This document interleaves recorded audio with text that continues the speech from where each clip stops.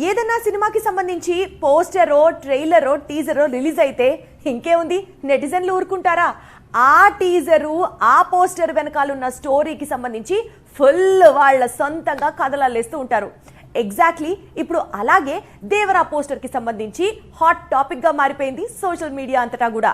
Fans అసలు new ఇయర్కి Tarak boat మీద ఎందుకు వచ్చాడు అన్న పాయింట్ గురించి వాళ్ళ లెవెల్లో వాళ్ళు అల్లుతున్న స్టోరీలు చూస్తే మైండ్ బ్లాంక్ అవ్వడం ఖాయం అంతే. ఏ హీరోకైనా సెంటిమెంట్ ఉంటుంది. ఒకరు సంక్రాంతికి రావాలి అనేది సెంటిమెంట్, మరొకరిది ఫలానా సీజన్లో వస్తేనే బెటర్ అనేది నమ్మకం. కానీ ఎన్టీఆర్ మాత్రం దేవర విషయంలో కావాలనే ఒక సెంటిమెంట్ ఫాలో అవుతున్నాడట.